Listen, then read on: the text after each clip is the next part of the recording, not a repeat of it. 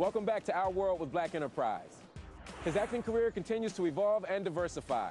I sat down with Hollywood star Laz Alonso.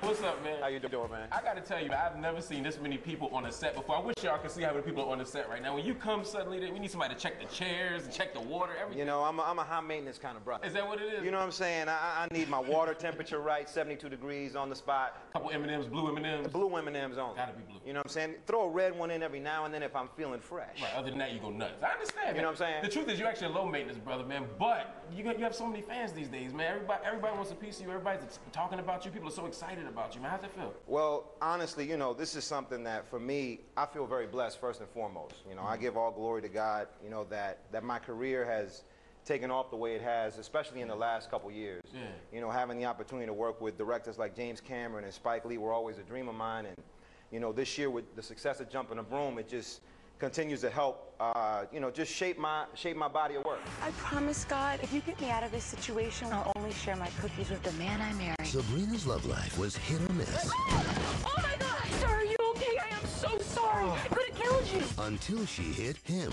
Sabrina, would you marry me?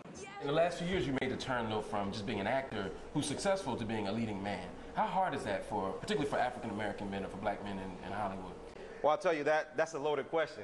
You know, I'm going to say that it is hard, I think, for any color, you know, to get to a certain level of this business because it's highly competitive, as you know, just as it is in your field. But, you know, for us, you know, there are less black films being produced on a yearly basis, therefore there are less jobs. Right. And there's a lot of talent out there that, you know, we're all competing for the same small pool of work. So, you know, when I get a job, I don't take it for granted. Yeah. I'm very appreciative and humbled by the fact that, you know, somebody believes in me and my talent. Explain this to me, because this is something I ask everybody. Black people go to the movies. We like go to the movies. We like spending money. Right. And when there are black films to be seen, we go. Sure. Why is Hollywood so averse to making more of them if we go when they make them? You know, well, one thing that I've always heard when I was coming up through the ranks was that selling a black movie overseas is a lot more difficult than just selling a non-race-specific film. Gotcha. You know, so I think that the answer to that is to create movies that address not just African-American specific situations, but we're people. Yeah. You know, we are black people, but people is the operative word. Right. You know, and I think, you know, when you see a movie like Jumping the Broom, you know, it's something that everybody has a family. You know, it's like my Big Fat Greek Wedding. Right. Everybody has a family. Everybody has a crazy uncle. Everybody has a situation where just because two people fall in love, that doesn't mean that the families are going to fall in love. Right. You know, and that's when you start opening up the playing field and saying, okay, this is not just a black movie. Right. This is a movie. Right. A quality movie about people, family, and situation. Right. I learned through my travels that saying that black actors and artists don't sell overseas, excuse my French, is a pile of crap. We definitely have a huge fan base overseas. I was in Monaco, France, and honestly, I thought Will Smith was in the building. And I was waiting for Will to come out because I wanted to holler at him, and I found out that the people were actually there to support me and take pictures. Wow.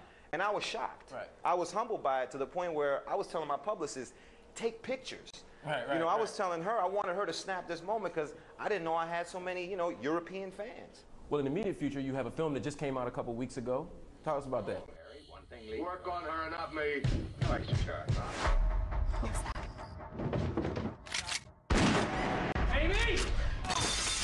Hello, 911? 911, what's your emergency? There are 5 men with guns outside. Straw Dogs.